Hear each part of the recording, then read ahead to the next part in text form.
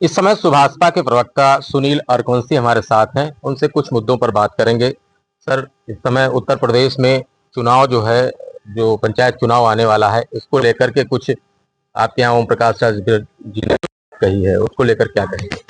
देखिए, उत्तर प्रदेश में पंचायत चुनाव की नजदीकियां आप लोगों के सामने आने लगी हैं और जैसा कि माननीय जी ने कहा है कि उत्तर प्रदेश का जो पंचायत का चुनाव होना चाहिए वो 2011 में जनगणना हुई थी उसके आधार पर होना चाहिए।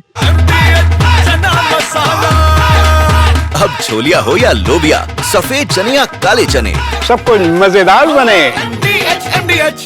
और उसको लेकर माननीय जी ने एक प्रेस कॉन्फ्रेंस में भी कहा और लगातार कह रहे हैं ताकि जो ऐसे बहुत से ऐसे वंचित समाज हैं जिनको अभी तक भागीदारी नहीं मिल रही है, तो उस आरक्षण के तहत जो है उनको भागीदारी मिलनी चाहिए। और यहाँ तक जो 33% महिलाओं का आरक्षण है उसको लेकर भी उन्होंने कहा है कि महिलाओं की जो भागीदारी है 33%, उसको आधार माना जाएगा और 33% महिलाओं को उसमें भागीदारी दी जाएगी। तो हमारे नेता ने साफ तौर से कहा है कि जो महिलाएं, पढ़ी लिखी महिलाएं हैं, वो राजनीति में आने का काम करें। और चुनाव जो ये खाली ग्राम पंचायत का चुनाव नहीं है, ये ग्राम पंचायत से लेकर देश का चुनाव होने जा रहा है। आने वाले समय में उन महिलाएं जो आज ग्राम प्रधान बनेगी, प्रमुख बनेगी, बीडीसी बनेगी, आने वाले समय में वो महिलाएं विधायक बनेगी, सांसद बनेगी।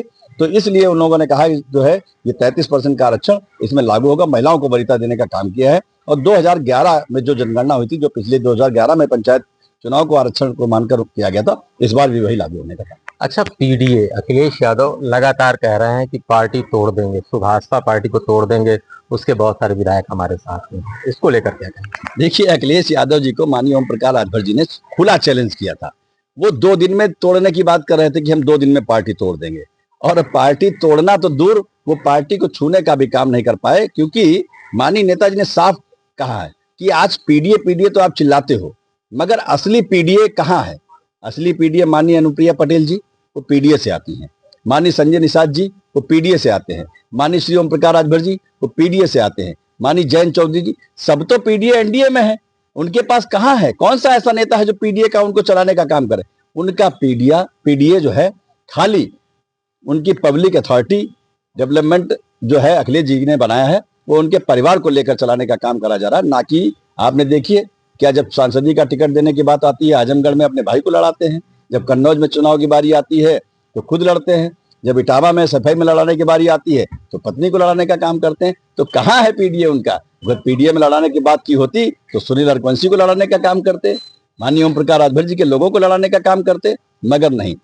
हमारे तो नेताजी कह रहे हैं 4 बार आपकी सरकार रही, आपकी 4 बार की सरकार में उत्तर प्रदेश के अंदर आपने एक बार भी पीडीए का जो सबसे अधिक वोट मुस्लिम वोट है आपके पास है, आपके पास जाता है वो वोट, उसका आपने कभी मुख्यमंत्री बनाने का काम किया? आप चिल्लाइए, आप मुख्यमंत्री बनाने का काम करिए मुस्लिम समाज को, मगर नहीं। असली पीडीए जो है उनकी प्रॉपर्टी बन चुकी है और उसी को डेवलप करते रहते हैं। उसका नाम ही पीडीए इसलिए रखा है क्योंकि अखिलेश जी उसको डेवलप करते हैं। अच्छा, बिहार चुनाव की बड़ा गहमा गहमी है, वहाँ पे कई सारी चीजें हो रही हैं। बिहार चुनाव में आपकी पार्टी का क्या सीन रहने वाला है? देखिए, बिहार चुनाव नेताजी लगातार हमारी पार्टी का संगठन बड़ी तेजी से बिहार में चल रहा है और यहाँ तक ऐसी ऐसी रैलियां बिहार में हो रही हैं। माननीय राष्ट्रीय अध्यक्ष जी खुद उन रैलियों में जाने का काम करते हैं। वहाँ की सरकार जो हमारे एनडीए की सरकार है, नीतीश जी ने भी मानने का काम किया है कि सुहेलदेव भारतीय समाज पार्टी बड़ी तेजी से बिहार में काम कर रही है। तो बिहार के चुनाव को लेकर हम एनडीए के गठबंधन के साथ ही हैं। इसको लेकर चर्चा लगातार हमारे माननीय प्रधानमंत्री जी से, माननीय गृह मंत्री जी से, हमारे राष्ट्रीय अध्यक्ष जी की हो रही है, क्योंकि बिहार में चुनाव इस बार सुहेलदेव भारतीय समाज पार्टी जरूर लड़ेगी, क्योंकि हमारा संगठन वहां पर ऐसी सीटें हैं जिनमें हम लोग कम से कम 20 से 25 सीटों पर मजबूती से चुनाव लड़ने का काम करेंगे और उसमें संगठन पर चर्चा हो रही है कि हम लोगों को भी सीटें यहाँ चाहिए। अच्छा, बिहार में जो है चुनाव को लेकर के बहुत गहमा गहमी है, ऐसे में एक विशेष समुदाय को लेकर के और फिर हिंदू राजनीति को लेकर के भी वहां पर काफी चर्चाएं हो रही हैं। तो किस तरीके से देखते हैं, आपकी पार्टी किस तरीके से देखती है और आपका जो गठबंधन है वो किस तरीके से देखते, वहां पर आपकी रणनीति क्या होने वाली है? देखिए, हमारा सबसे बड़ा एक काम है, हम लोग उत्तर प्रदेश हो या बिहार हो, उत्तर प्रदेश और बिहार के अंदर हम लोग लगातार काम कर रहे हैं। सुहेलदेव भारतीय समाज पार्टी अति पिछड़ों के ऊपर काम करती है। सुहेलदेव भारतीय समाज पार्टी का जो अगर गरीब श्रवण भी है तो उसके ऊपर भी काम करती है। यहाँ बांटने का काम नहीं किया जा रहा, यहाँ जोड़ने का काम किया जा रहा और लगातार हम लोग उस पर काम कर रहे हैं। बिहार हो, उत्तर प्रदेश हो, पंजाब हो, हमारे राजस्थान हो, छत्तीसगढ़ हो, इनमें सुहेलदेव भारतीय समाज पार्टी काम कर रही है और लगातार आप आने वाले समय में देखिएगा कि बिहार में भी सुहेलदेव भारतीय समाज पार्टी का परचम लहराने जा रहा है। जोड़ने की आप बात कर रहे हैं, एक भाषा को लेकर के विवाद छिड़ा हुआ है। इस समय आप महाराष्ट्र की बात कीजिए तो वहां पर हिंदी भाषी लोगों को पीटा जा रहा है, वहां पे लगातार उनके साथ गलत हो रहा है, ऐसे वीडियो भी सामने आ रहे हैं जिसमें पीट रहे हैं। तो इसको लेकर के आप किस तरीके से, क्योंकि अलग अलग भाषाओं को जोड़ करके हमारा देश भारत बना है, उसको लेकर के क्या कहना चाहते हैं? देखिए, ये जो घटना, इससे पहले भी महाराष्ट्र में इस तरीके की घटना को लोगों ने अंजाम देने का काम किया था, ये बहुत ही निंदनीय है।